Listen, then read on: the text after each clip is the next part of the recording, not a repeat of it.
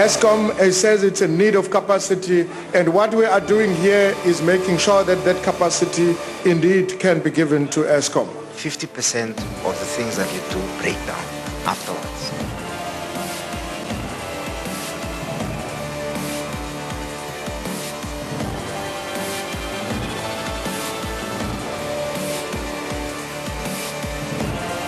Efficiency is a must for all manufacturing plants. Ukushintsha kwezikhathi kuyamangalisa, shintsha kwezikhathi kuyamangalisa, shintsha kwezikhathi kuyamangalisa, shintsha kwezikhathi kuyamangalisa, shintsha kwezikhathi kuyamangalisa, shintsha kwezikhathi kuyamangalisa, shintsha kwezikhathi kuyamangalisa.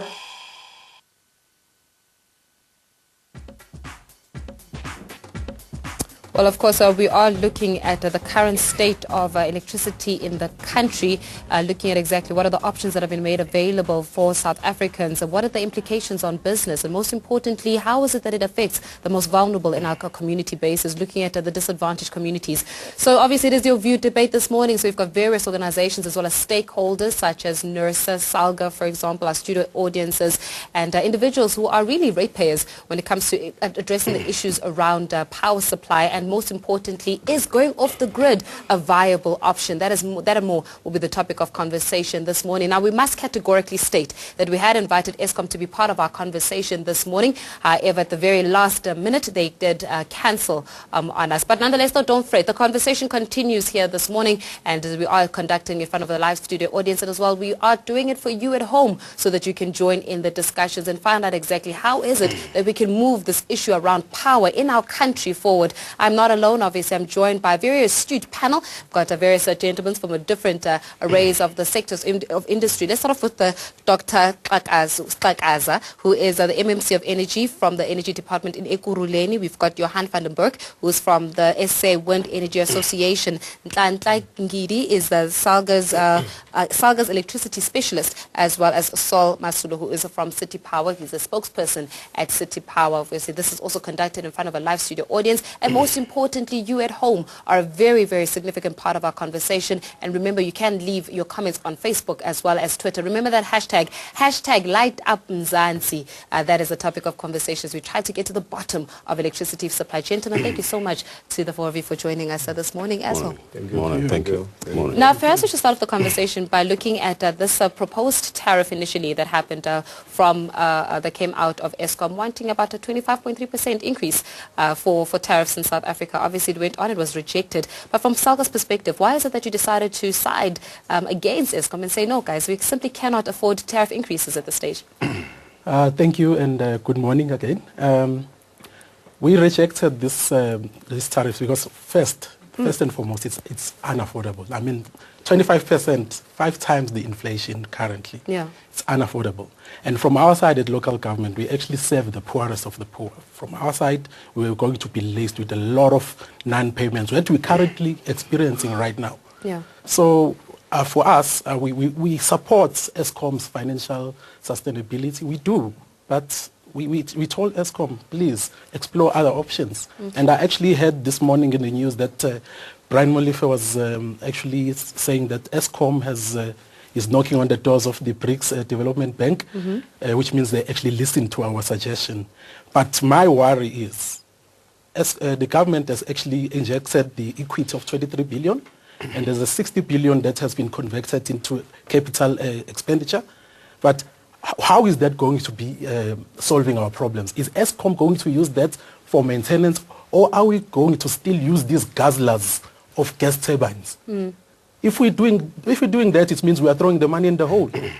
And of course, you mentioned a very interesting point here about how is it that we can effectively utilize this money. This 23 billion rand bailout that was approved by Parliament. From your perspective, Doctor, it was supposed to sort of cover us. Will it be effective? I mean, you've got Ntantla here saying that, nah, but this might just be going into a bottomless pit.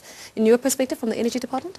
Yeah, no, thank you very much, Faith, and good morning to the panelists, the audience, and the listeners at home.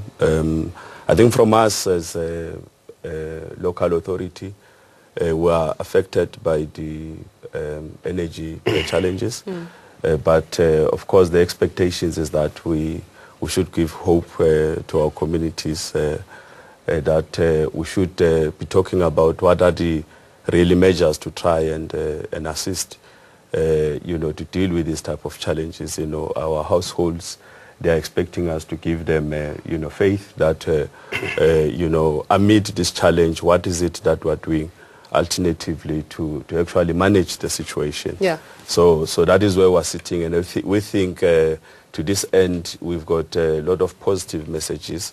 We've got strategies that are in place to actually try and complement the national government, the measures that they are putting in place, so that the impact on our communities, it is at least manageable. I mean, when I say communities, I mean both households and industry.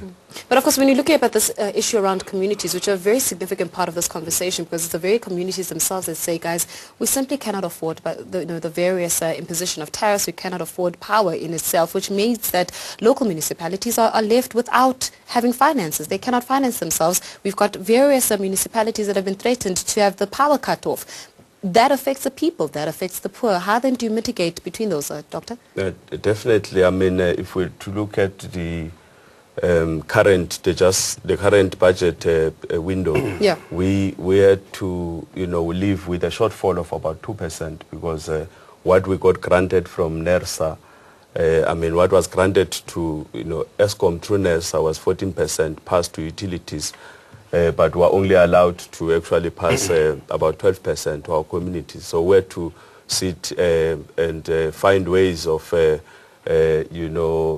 with the shortfall, yeah, including, what areas do we get to sacrifice of service delivery so that we keep, services going, yet at the same time we're able to, manage the energy situation and the cost, implications that come with that. And so obviously this is with regards to bringing you into this conversation regarding the issue of power supply and where we are sitting right now in terms of the role in which City Power in itself plays in ensuring that there is power in the homes. How are you guys faring with regards to that?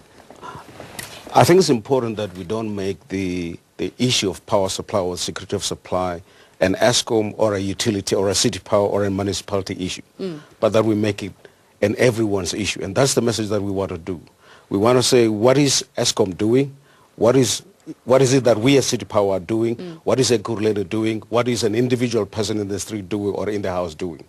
I think if we look at the problem from that point of view, at this challenge from that point of view, from the point of view that says, what am I doing as an individual? What are we doing as a utility? What is ESCOM doing as a utility? What is a business doing to curb this problem? But if we kind of try to apportion blame and say, or to apportion responsibility and make it an ESCOM problem or a City Power problem or an Ekurhuleni problem, we will never be able to get to the solution. The quicker way for us as a people to get to the solution is to get to the point where each one of us is asking themselves the questions. What am I doing? So in essence, collective ownership of the actual situation. Exactly. Yeah. And I'm not saying that to deviate from to get away from the issue of saying what is it as City Power that we are doing. Yeah. There are things that we're doing as City Power to deal with this problem. For instance, one of the issues that we're doing, that we have installed, we continue to install the Ripple Relay systems. We're actually going to go into the various systems that have been put into place and the solutions, and then we're also going to touch on a very pertinent issue, Johan, looking at the alternative forms that we can start investigating to find solutions into the power supply issue. Remember, it is #LightUpMzansi this morning, and looking at finding solutions and viable options for us as a collective, as stated by Sol here, in finding ways to solve our power or energy crisis in South Africa. Do stay with us. It is Your View debate. We're going to take a quick ad break. Do not go anywhere because the conversation continues straight after this. Sunrise.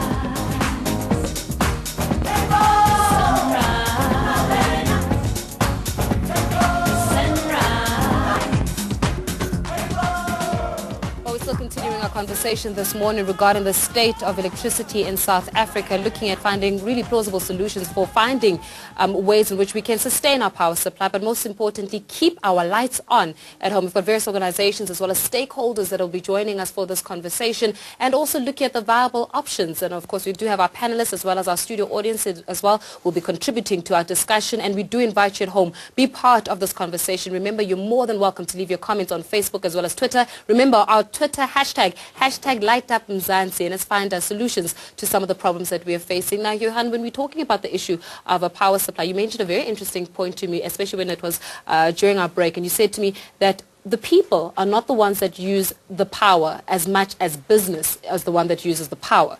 So that changes the conversation around, especially when it comes to issues around load shedding. Who should we be load shedding? The people at home who are not using as much power, or the industries that are the ones that are contributing to the load shedding in the first place?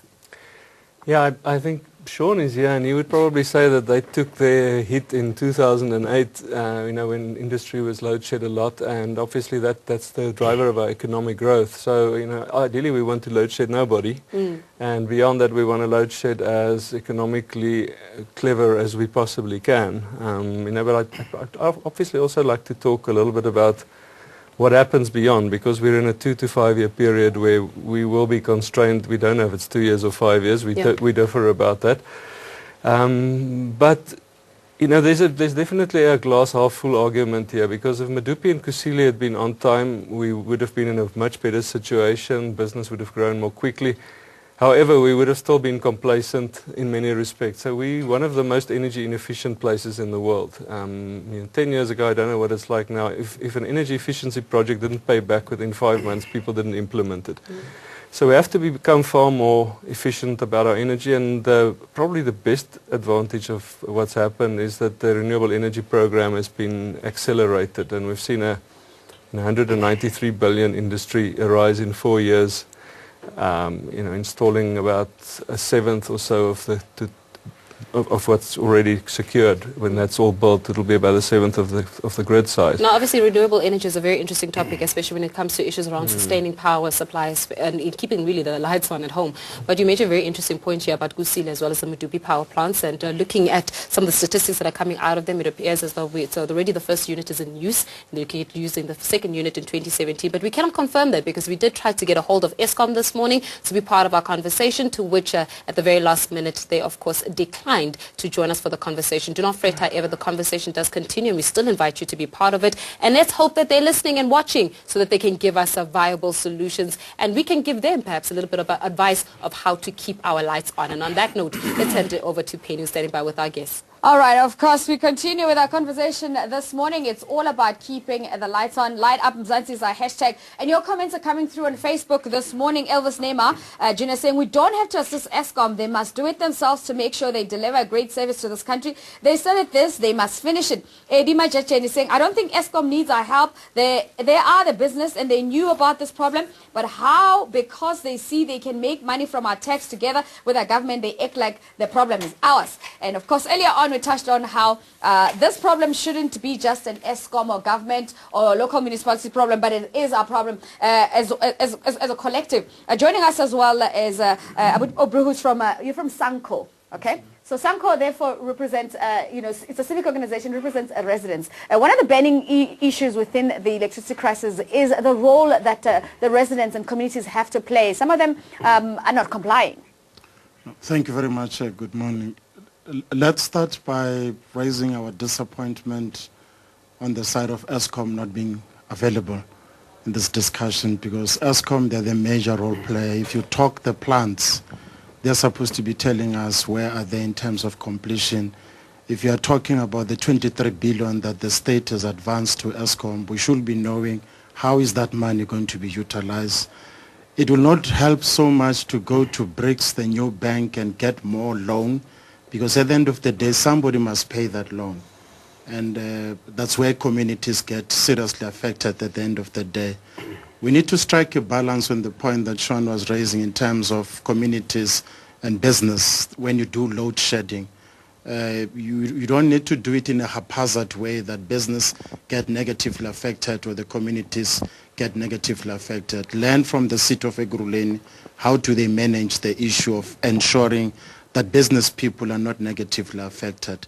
But communities around Gauteng, as Sanko, our major worry, of course, it's tariff. As much as we're not taking forward the 25%, but going forward, electricity in this country for ordinary poor people is still going to be very expensive. So we need to find solution very quickly. If it's off the grid, let's pursue that particular role, because you have people that are unable currently to buy electricity. Well, there's an argument from, other parts of the world that's saying that people are paying for this electricity. NERSA is not necessarily saying we shouldn't hike the tariffs, but they're saying how ESCOM is going about it is not the way. Thank you, Baba, for joining us here from NERSA. Let's talk about in terms of how you looked at how the tariffs hike was declined. But the argument is that we should be paying more for the electricity that we're using in South Africa. Isn't that so? Well, first of all, I'm Bulela Ngetezo from NERSA. NERSA is not saying that people shouldn't pay for electricity. But what NERSA is saying is that whatever ESCOM is charging the people, it must be efficient. There must be no markups that are too much. They must operate in a very efficient way. So NERSA doesn't say that ESCOM should increase the tariffs, but they must increase them in a very efficient way. So we're standing in between ESCOM and the people, and we're striking a very delicate balance in this, that we're saying ESCOM's business must be sustainable on the one hand, but at the same time, the prices they are charging the people must be affordable. Okay. Clearly, the community is disagreeing, saying that those prices could never be affordable under the current economic conditions that we're living under. And then joining me here is the SAWEA Electricity Crisis Committee. Bobo, let's start with you. What is the Crisis Committee's view on what's going on with electricity at the moment? You guys are notorious for, they want to say you guys don't want to pay. Yeah, we won't pay unless we get a fair electricity that will be at least, how do I put this? Okay. One, the thing is, from the SAWEA electricity perspective you cite, is that we are against ESCOM due to the fact that, one, we don't get enough consultation from the ground. Two, there's this communication breakdown within ESCOM and the community, but since that ESCOM is intending to install the split meter system, which will be affecting the poor communities. And again, we're still facing load shedding, so which is becoming a big problem for the community to have enough access to electricity. Again, the things of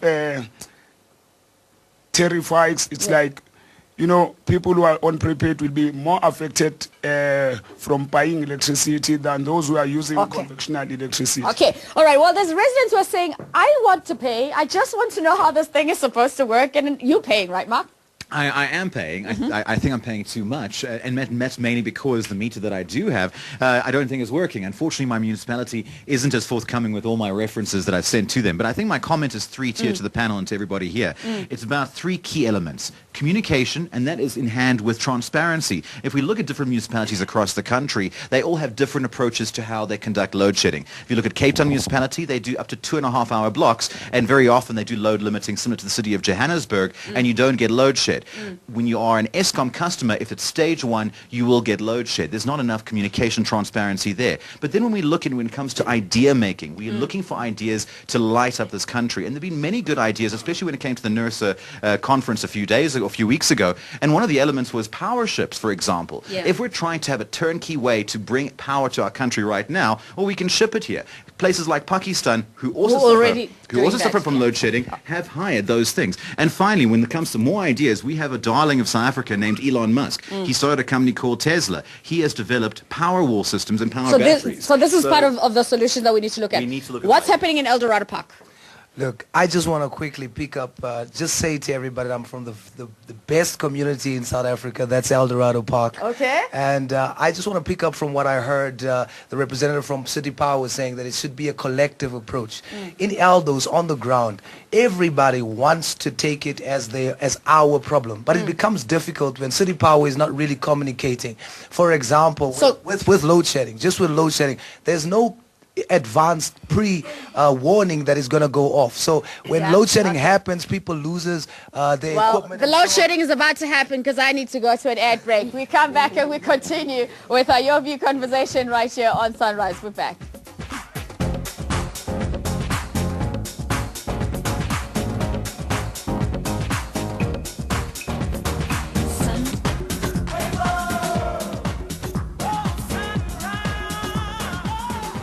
Welcome back to Sunrise as we continue with our conversation looking at the state of our electricity. What role do we have to play individually in spite of course, what ESCOM and the other city power and the other stakeholders who are involved in the situation that we're facing. But the question is the impact that it has on business and the role that local residents can play. Let's talk about the impact of this load shedding on local business. And as a Chamber of Business, how are you tackling that? Thank you. On a positive note, ESCOM is attending to the backlogs. However, it's very much an unenviable position. Secondly, from a business perspective, after the denial of the 23% increase, we did a quick survey. The results are such that at least 52% of the businesses in our membership indicate that we will reduce their after-tax profit by 5 to 20%. The 52% other respondents indicated that the impact will lead to them having to reduce the number of staff members. So that is just unfortunate. So it's definitely a no-no from business. Absolutely, because it's very expensive across the spectrum of business, small, medium, and big conglomerates. Okay. All right, let's look at how that is being tackled in the city of Gruen. The role that the local residents have to play and business, what sort of approach is the city taking? I think Vusi has just put our point very excellently forward. We really have to look at job creation, keeping our jobs, and if we are going to lose jobs, it just means more bad debt on the municipality, more things that we have to care about, which right now I think if we can keep the prices within reach of business, we safeguard a lot of jobs, and we don't have to talk more about that. That's the main part. Okay. All right. So let's see if the other ingenious ideas that are out there that we can, may I squeeze in here, that we can look into. Name an organization that you're from. My name's Sean Nell. I'm from the Energy Intensive Users Group. So I think the first thing we have to recognize is that the crisis is threefold. One, ESCOM's backlog. It's going to take at least 5 years to get back to some level of consistency. Two, the daily crisis that we face from a load shedding, how much is load shed on a daily basis. And the third one is the tariff increase. Because what we have to recognize is that electricity prices don't work like normal prices. As demand for the increases, in other words, as there's surplus supply, in traditional goods, the price goes down. In electricity, if your demand, in other words, business goes away, users go away, the price goes up. So it affects more and more people. We get into a negative spiral. So by reducing business demand, residents will have to pay more. And so we have to protect that. We have to protect. So that we're going to come to a place where we balance it out. So your name and organization you're from? I'm James Green. I'm from SAWEA, which is the Sustainable Energy Society of Southern Africa. What I would like to say is that nobody seems to be focusing on the low-hanging fruit, which is efficiency. And that is efficiency at home. Now, the extraordinary thing, if we look at load shedding, up to 15 to 25% of ESCOM's megawatt peak in the evening is attributable to hot water heating. That's one of the reasons the lights go out. So in South Africa today, we do not have one single energy efficiency program in existence. There are no solar water heating programs for RDP. There are no solar water heating incentives for anybody else. There is no solar water heating incentives in the commercial sector for industry. There are no incentives for people to go energy efficient lighting. So the low-hanging fruit for getting power off the grid and for benefiting consumers are consumer renewables and energy efficiency. All right. Can we get off the grid? And if we do so, how do you go about it? And what is your understanding of that? Back to Faith to continue the conversation with our panelists as well. Well, thank you very much for that, Pin. Of course, so that conversation continues. Gentlemen, we've been hearing from various audience members really speaking about some of their grievances. Let's start off with you. In Nhlanhla, we've heard the community of Soweto saying, we cannot pay. You know, as a result of that, obviously we're facing from local government perspective where the pressure now is put on you. You guys don't have money. You can't pay ESCOM. ESCOM turns off the lights for them. What happens? How then do you mitigate between the two? Communication appears to be the one thing that is missing from here. Thank you, Faith. from the local government side, from SALGA, we actually promote and support the payment of services rendered. My first question that I'll actually pose to the audience is, if you say you won't pay, how do you keep the lights on? Let's talk about South Africa and its payment culture. In South Africa, people will rather pay for their satellite TV and not miss that.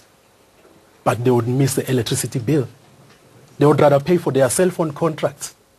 They never miss that. But water and electricity, I can take that to the bottom of my priorities.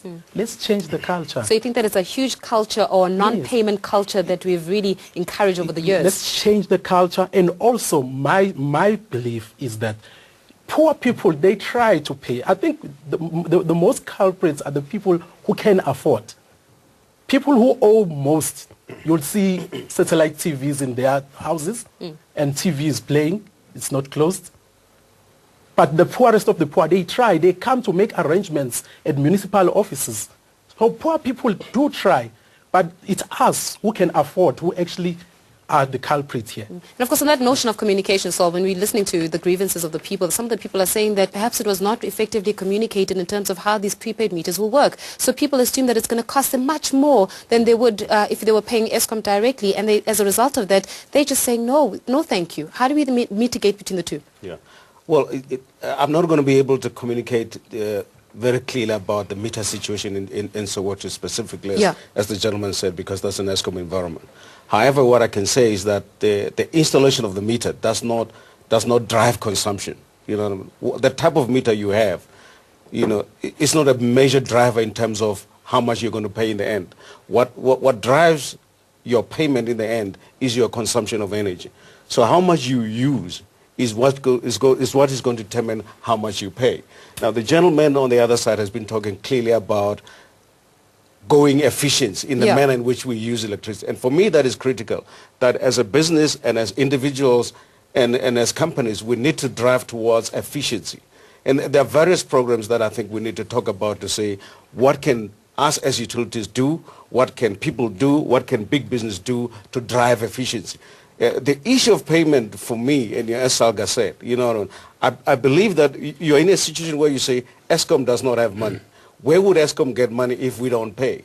You know, so now we've put ourselves as a people between a rock and a hard place because we say we don't want to pay. But then if you don't pay, you can't keep the lights on. I'm going to take on your notion of efficiency here and see if we can find alternative forms of energy. We've been speaking about going off the grid, but I want to introduce another conversation that has been had, and we went up in arms about it as well when it comes to this issue of nuclear. Johan, a very pertinent issue there. In fact, there's a statement here that says that the country plans to build 6 nuclear power plants by 2030, which is about to cost the country about 400 billion, right up until 1 trillion rand. What happens there? Should we be going nuclear? I wouldn't go nuclear. No. You know, I think it's quite clear that we have a problem now to fix in the next 5 years. And nuclear comes maybe, if we're very lucky, it takes 10, 12 years to build. There must still be various, you know, approvals and environmental impacts.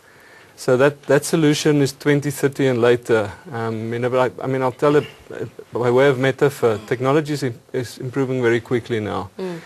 If you install nuclear, for me, you buy a 12-year-old mobile phone with a 40-year contract. And, you know, is that really what you want to do, or do you want to have a smartphone? Yeah. It's a very interesting question that we're having there. In fact, we're speaking about efficiency, we're speaking about nuclear, you're saying no to nuclear, we're saying that if you do not pay, you cannot keep the lights on. On that note, of course, we've just got an announcement by Eskom saying that stage 1 load shedding has been happening from 8:30 a.m. this morning right up until 10 p.m. this evening. That is what's happening currently. The lights are off. Let us over to you, Penny. Look at your Facebook messages for this morning as well. Tukis is saying, I understand that we are all responsible in regard to the energy crisis, but I feel as if government and Eskom are making their problems ours.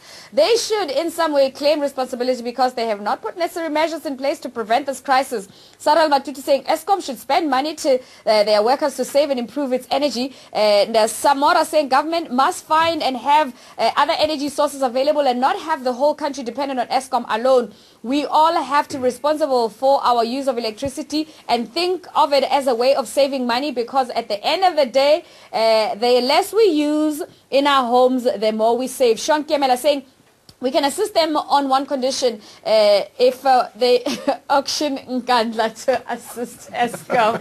I mean, come on, Sunrise. Let's say goodbye to our viewers on Ekasi Plus who are watching us on OpenView HD channel 105. We continue with our Your View debate live on eTV. It is Sunrise.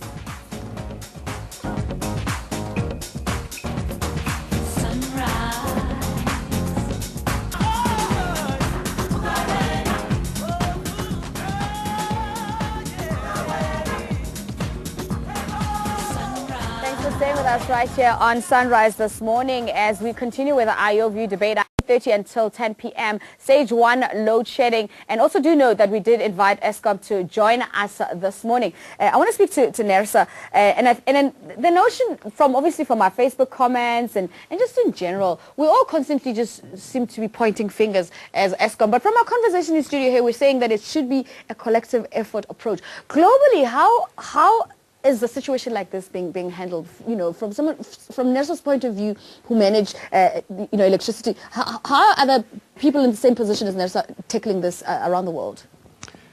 I agree with what people are saying, which is that there's a low-hanging fruit, which is energy efficiency. That's what we as a country should be doing. I like the fact that people say that we should get together and tackle this problem together and not point fingers all the time. We can point fingers afterwards.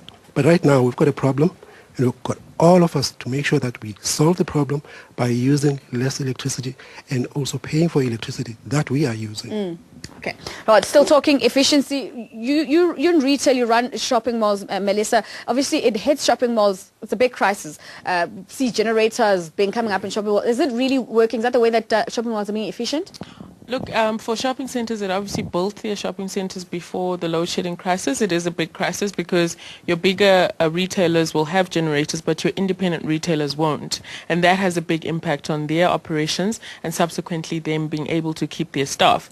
And I think the point I want to make is that, you know, we instead of complaining is the sense of an education opportunity. We need to educate these sectors, retail, mining, and all sorts of things as how do we then operate within these within these times. How do we get our staff to use electricity more efficiently? What are the alternative resources for small businesses? Retail is one of the biggest employers in the country, and if it's under pressure, it's just going to simply reduce employment, which will lead to crisis. All right, let's talk to F-Life here. I'm sure they also advocate for efficient ways of managing electricity. From your point of view, from F-Life, how should we be tackling the crisis that we're facing as a country? I think the crisis is multifold. And the crisis being multifold, we find that it's also exacerbated by external factors, and including internal factors within the electricity generation sector. One is that Eskom itself, I think we are in this mess, in this crisis, because of Eskom's mismanagement and also because of political interference in the running of the parastatal of Eskom. And how we can solve this. And I think this is what we have been advocating for quite a long time, and not just Earthlife, all environmental justice organizations, including poor people, to say we need a decentralized energy system, because currently that's the problem that we have. If the Majuba silo suddenly falls, that means the whole country doesn't have electricity, or major parts of the country doesn't have electricity. So I think for now would want to thank NESA for having at least applied their mind, because I think in the past they really also have been part of the complexity by rejecting the reopener application by Eskom.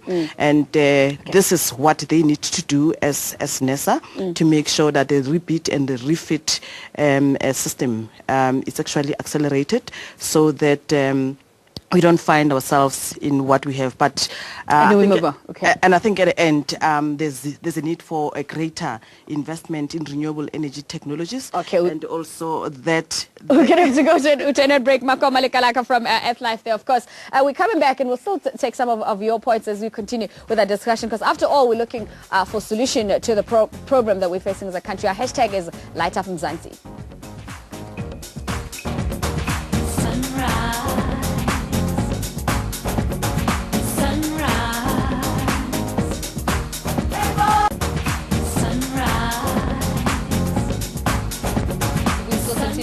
conversation this morning. Hashtag Light Up Mzansi. That is where the conversation is moving towards, finding plausible and possible solutions for us to make sure that indeed our lights have been kept on. But of course, in some households currently, as a result of stage 1 load shedding being implemented, obviously you are off until at 10 p.m. this evening. Nonetheless, though, let's find solutions as to how we can actually efficiently tackle this issue around keeping our lights on. From your perspective, Johan, how do we, going off the grid, first of all, how much will it cost for me to go off the grid? Should I be going off the grid? And what are the efficient ways so that I can start, saving energy and having more power? I think you should distinguish between generating your own electricity and going off the grid. Those are two entirely different things. I'm very much in favor of, ultimately much more decentralized generation, rooftop PV, a very big field internationally. It's becoming extremely affordable. Going off the grid is going to be quite expensive, so it'll cost you somewhere between 120 and 150,000. That is if I put in completely solar, everything. Yeah, the other people you can talk more to the detail, but that's about the figure. But also there's a symbolic reason why you shouldn't go off the grid, and that really means you would stop taking collective responsibility for South Africa's problems and say, I'm now doing my own thing and let the other people struggle with this problem. And if enough people do that, then we're not in a good situation. So.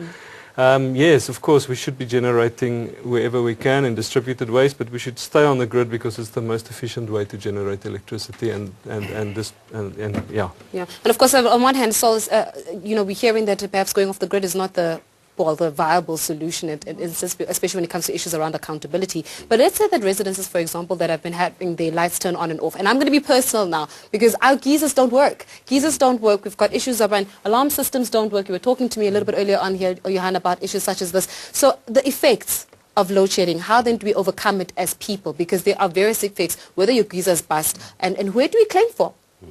I think even before we go into individual challenges like your geyser, I'd like to explore the issues of what is it that we as utilities need to do or are doing to mitigate load shedding. And then we'll get into what is it that an individual person or business need to do to mitigate load shedding. Yeah. We have a challenge and then we need to talk to a solution to that.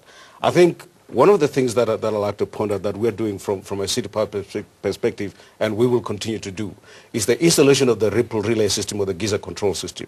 Now, the system allows us from head office to switch off some geysers within the city of Joburg.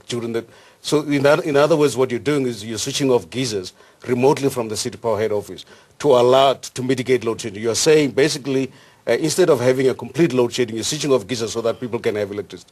That is one solution. And we have done that and we continue doing it. The other solution that we're doing on our side is the installation of smart meters. And smart meters allow us to do what we call the load limiting system. That means what you do basically is you're communicating with a customer in his home and say, you warn him in advance of load shedding. By warning him or her in advance, you are saying now as a customer you have the responsibility to decide which of your gadgets in the house you want to switch off to mitigate load shedding. In other words, you can then say, well, I'm going to switch off my stove. Because I'm not, maybe whatever I'm cooking now, or I can go and buy at the restaurant instead of cooking in the house. Yeah. In that way, then the customers contribute. So it is a partnership between utilities and a customer. That is one way to mitigate load shedding. Another thing that we're doing, and the gentleman was talking about, was saying no one is doing anything from a geyser from a solar energy point of view. We are. I mean, if you travel on the highway from the airport, passing Alexander, you can see the solar water heaters that we have installed. Yeah. Now, the value of the solar water heaters that we've installed is the following, is that when a person is sitting in a home and they want to take a bath, in the absence of a solar water heater, they will have to use a kettle or a stove to warm water. But obviously it comes with the issue here of conducting electricity, making sure that it's very warm very quickly. Before I go to an ad break here, from your perspective, how do we become more energy efficient? Yeah, we in the city of Ekurhuleni, we've been investing in different alternative and renewable energies, and we continue to investigate different strategies. We welcome all the suggestion. One of the few measures that we've put in place includes the rooftop solar plant, which we've actually rolled out. You will find it in the OR Tambo precinct in Benoni. And we have seen it in various other aspects as well as various other places, Doctor, as well. And we're going to be further expounding on this whole notion of becoming more energy efficient. Perhaps going off the grid is not the possible solution. These are more solutions that are going to be coming out of this Your View debate this morning. And of course, do join us at home with similar solutions for us as well. We're going to take a quick ad break. Don't go anywhere. We continue with this conversation straight after this.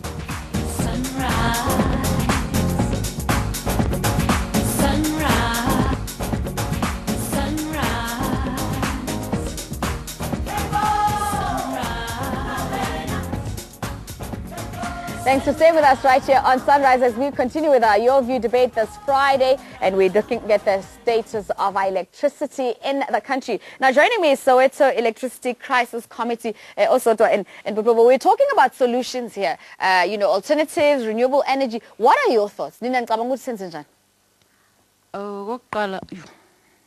sorry because I said good morning everybody. In the first place, I wanted to go to, before I'm coming to the solution, to the saga, as he said, there are people that they can. Yes, you don't deny that. But it's not our duty as a community to go around or have a data of those people that can pay.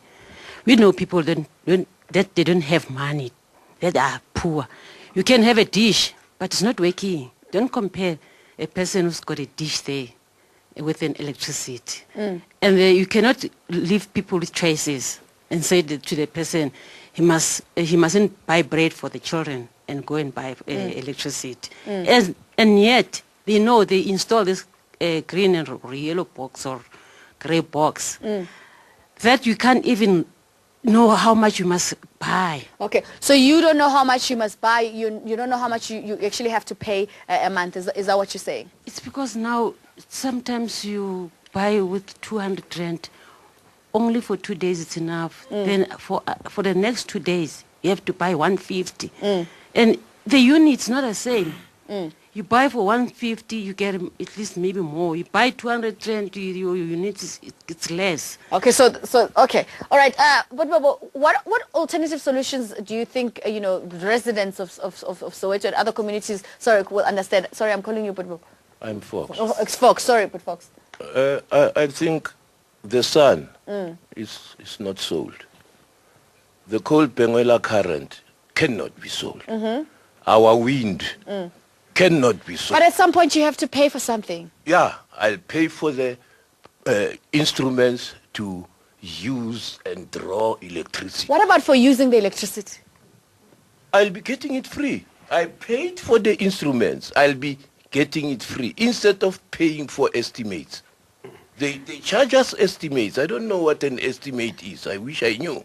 But is it really totally possible to get free electricity, even though if we're trying to be efficient? Is that how it's supposed to work?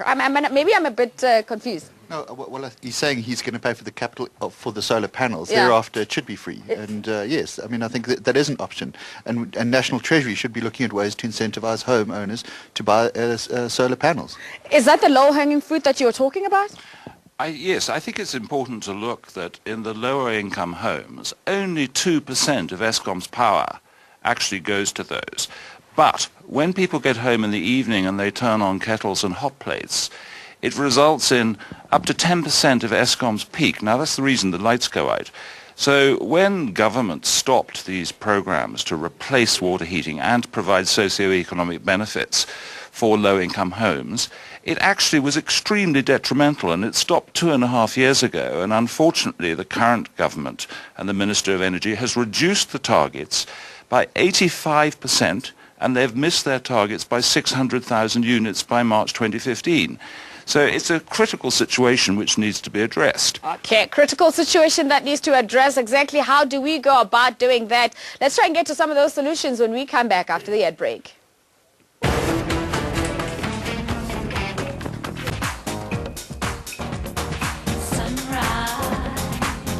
Of course, finding plausible solutions, therefore, our keeping the lights on. Hashtag Light Up Mzansi is the hashtag as we continue with Your View debate this morning, looking at the state of electricity in South Africa. That conversation is continuing this morning up until 8:30 now. We were talking a little bit about the various solutions that have come up from the various audience members there as well, Doctor. But from your perspective, a small business comes to you guys and says, guys, I've got innovative solutions to making me more efficient or finding alternative sources of energy.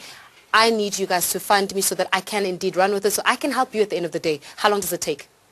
And will you give me money? Well, we have platforms for different measures, and we do encourage small businesses to come forth and actually share those with us. To mention just a few, some that we do in partnership with the Department of National Department of Energy, who would then have the energy. To mention one is the landfill, gas plant, which we are actually currently operating, and the people who've actually assisted to construct and even to run that type of operation on our behalf is actually small businesses. Some of the managers include some of the alternative and energy efficiency program, which includes, the type of bulb that we use and so forth and so forth. There's the solar, programs. All those are actually driven by small businesses, and we do actually give those platforms to actually engage with them and allow them into our environment. But what is key? Yeah, it basically creates an opportunity for growth. What is very key? Definitely. What is key is our, measures, because we have to keep we still have, are responsible for the reliability of the service that we bring. So the real test, for small businesses out there is to make sure that they are with us. They keep the level of service and the level of standard that we're giving to our communities in terms of the electricity supply. Of course, on one hand, it's a very interesting point that was mentioned by Johan earlier on, saying that if we become more efficient, the less we can pay, we need to pay to municipalities. If the less, though, we pay to municipality, or the less amounts we pay to municipality, the less services that are going to be made available in the sense of services, roads, cleaning up parks, etc. So in other words, we're between a rock and a hard place. Heads we lose, tails you guys win. How do we mitigate the two? Actually, I think it's a good point that you are raising, and it raises the point which we always raise as SALGA to the government, to the national government. We need to have a proper and an efficient way to fund the municipalities, because the funding mechanism currently is not so efficient. Let's talk about renewable energy. Renewable energy program is actually at a national level currently, and the power that is the output is actually bought by Eskom. Eskom is the main buyer. Yeah. The municipalities are nowhere to be found.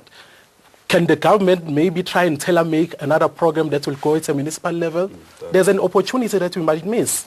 Innovation, it becomes the big word here that comes out as a result of these conversations about how is it that we can hashtag keep our lights on. Penny, perhaps more solutions can come out from our guests.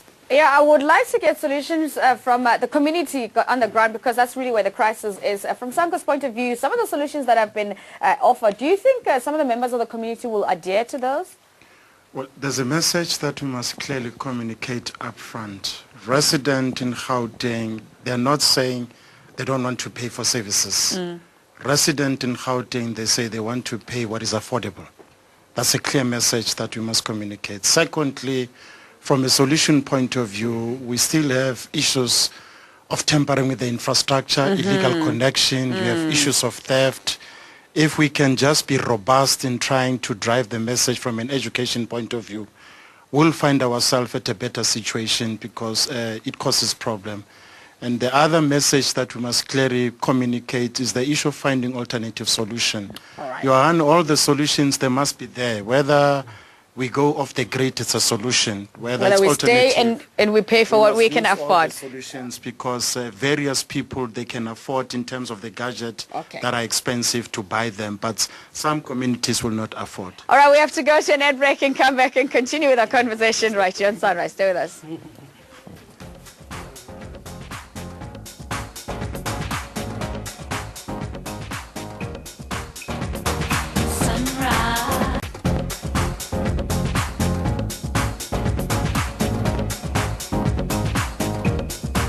for staying with us right here on Sunrise as we wrap things up in 15 seconds from Nessa. Tatimbulelo? Thanks, Penny. In 15 seconds, I would like to say that right now it's a little bit late down the line that we're having inputs into this whole problem.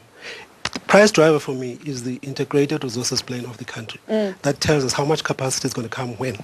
I think people should have inputs at that stage so that people don't say win now, that let's go into the integrated resource plan and have inputs there. All right, 15 seconds from F-Live.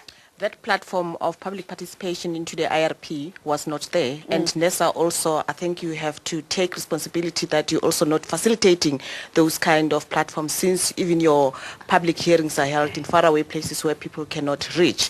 As a solution, nuclear is never a solution, and there's no ways that we can toy with death. Now you've got 20 seconds. You've taken 20 seconds. Mark, 50 seconds. Follow the money and look at the problem. If we see that billions and billions of bailouts go towards ESCOM, a lot of this discussion is actually lip service. What we need to look at is what do we do with that money? Maybe let's convert that into providing to each and every single one of us as low interest bonds and hopefully light us all up for the future. All right, light up Mzansi, Faith. Hashtag light up Mzansi indeed. Very quickly, Ntlata, how do I light up Mzansi from your perspective? From my side of view, let's be efficient. Let's use energy efficiently. We can contribute to this. Can I go back to ESCOM? Please, with the money that you are getting, let's try and maintain the plant. Maintaining the plant. From your side, Johan? Let's take the long-term view, bring gas into the country, build all the renewables we can, and be as efficient as we can. Bringing gas, from your perspective. Well, our commitment as local authorities is to continue to give access, reliable electricity supply. And what we're really encouraging is, everybody to come on board and take ownership. Let's communicate more. Let's assist each other. Transparency, communication. So, well, switch off what you don't use. Basically, pay for your consumption. Stop illegal connection and theft of electricity. In that way, we will bring solutions on the table, but we expect everybody, every single citizen, to come up with solutions as well. Well, we've heard the conversation this morning regarding keeping the lights on. That is where we wrap up your view debate. Make sure that you stay tuned to Sunrise on Monday morning. We'll see you bright and early from us. Cheers, cheers. Bye. Bye. Kilimanjaro. Bye.